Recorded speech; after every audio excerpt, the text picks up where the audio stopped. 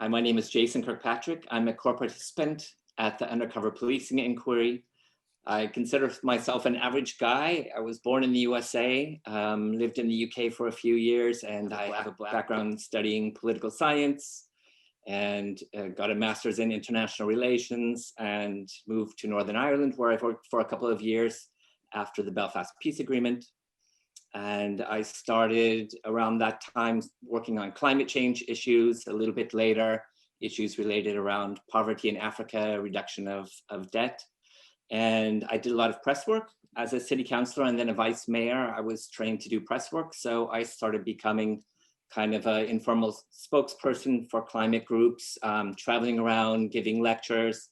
And I helped to organize some of the protests against the G8 summit in Scotland in 2005. Where the themes were climate change and making poverty history. During that time, I was also giving lectures with other folks around the UK, Scotland, Ireland, and Northern Ireland. And at the time, unfortunately, I met undercover policeman Mark Kennedy, who had a car, offered to drive us around, offered to pay for all the gas, offered us to use his mobile phone and his laptop with internet. So he drove from England over to the Republic of Ireland, Northern Ireland. He drove me across borders and targeted me and others in these places, amongst others. So something that I have a problem with at the Undercover Policing Inquiry is the issue of where this inquiry covers. It says it covers only England and Wales, although their officers got in the car and drove with other activists or the undercover police officers' English girlfriends or what have you. They drove them across into Ireland, into Northern Ireland, into Scotland, into Germany. Mark Kennedy was with me in Poland, Germany, Scotland, all of these places. And it frustrates me to no end that the government and this inquiry are not covering these places.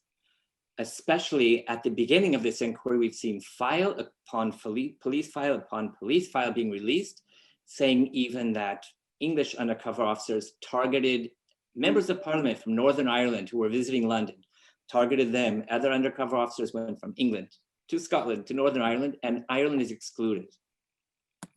I have a judicial inquiry moving forward in Northern Ireland right now that I started almost 5 years ago to ensure that Northern Ireland is included in the scope of this inquiry. And the police, the Northern Irish office, everyone in the English government, from my end, it feels that way. They have blocked progress of this judicial review. And I need attention put on this to get this judicial review in Belfast, at the Belfast High Court, to move forward. And everybody that can give me any support on this issue, I would be very thankful for. Thank you. So are there questions that you particularly think would be answered by the inquiry?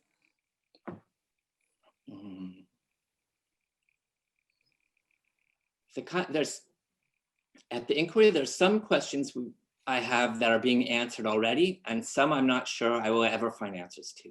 Some of the things I'm finding answers to are to be found in the annual reports that are being released on a regular basis this week, which people can find on the Undercover Policing Inquiry. It has their budget, it has how they selected officers, how they trained officers. You can find training manuals.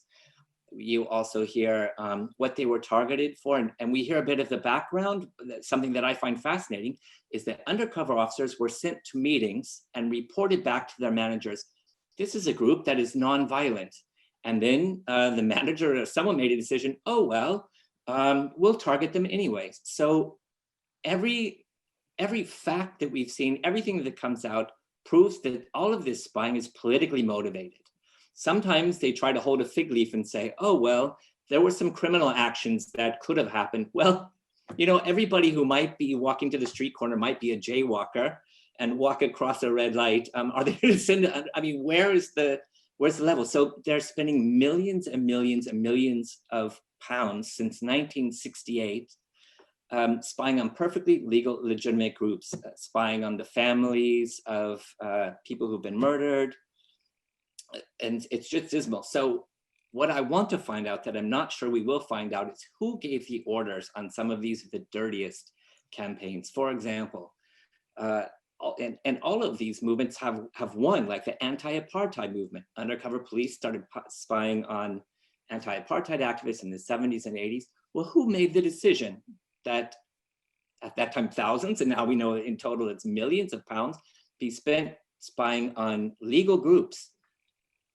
In England, I want to know, why are undercover police spying on people who are opposed to Nazis? You know, people who are against fascism, especially in England. England is a country that, you know, could have been overrun by Nazi Germany. London and half of England was bombed by Nazi Germany. You would think English people and English police and the government might not want Nazis to be gaining so much strength in England. But what did these undercover police do? Did we see them targeting Nazis? Well, we're not hearing about that. We're hearing that they targeted basically every kind of anti-Nazi. On a personal level, this is something that really upsets me, because Mark Kennedy came to my home in Berlin. He visited my home many times. I also stayed at his home in Nottingham, England. But he came to visit me in Germany, and he asked me if I wanted to go with his crew, that's what he called them, his crew, to sort out someone. So he asked me if I knew of a neo-Nazi in Germany that he could come over with his crew, and we could go together and basically violently attack a neo-Nazi in Germany. So why was Kennedy acting like an agent provocateur to do something that I consider was like trying to frame me? And I guess I can only presuppose that the goal was to put me in jail. So who had this idea? Who came up with it? I seriously doubt it was Mark Kennedy's idea on his own to travel from England over to Germany to ask me this. He was put up to it by someone. Who was that? We know that German police had contracts with Kennedy. That's been reported in the German parliament. Kennedy had contracts with 3 different German states, including the state of Berlin, the city state. The whistleblower, Peter Francis, came out and talked about his time going to Germany when in England he was infiltrating anti-racist groups. He went with them to Germany to an anti-racist conference in the 90s. And he's talked about this, and he says that his reports were typed up in England and sent to the equivalent authorities in Germany. And that's just how this international spying works. But who gave the orders? I want to know, why is it English taxpayers are funding for their police to spy on anti-racist activists in Germany? This makes no sense. The public needs to get an answer to this question. The undercover policing inquiry's most scandalous information related to Northern Ireland are the releases of information about this previously secret, politically motivated undercover police unit, the Special Demonstration Squad. Also called the SDS, it began in 1968 and was based out of the London Metropolitan Police. This unit's existence had been completely hidden from the Bloody Sunday inquiry. What's been revealed so far is that a previously unknown Met undercover spy operating under the name of Sean Lynch had targeted Bloody Sunday organizing group, the Northern Irish Civil Rights Association, as well as the political party Sinn Féin and other Irish support groups. The Metropolitan Police were also forced to admit in the last couple of years that undercover officers from Scotland Yard have been linked to 2 murders in Northern Ireland.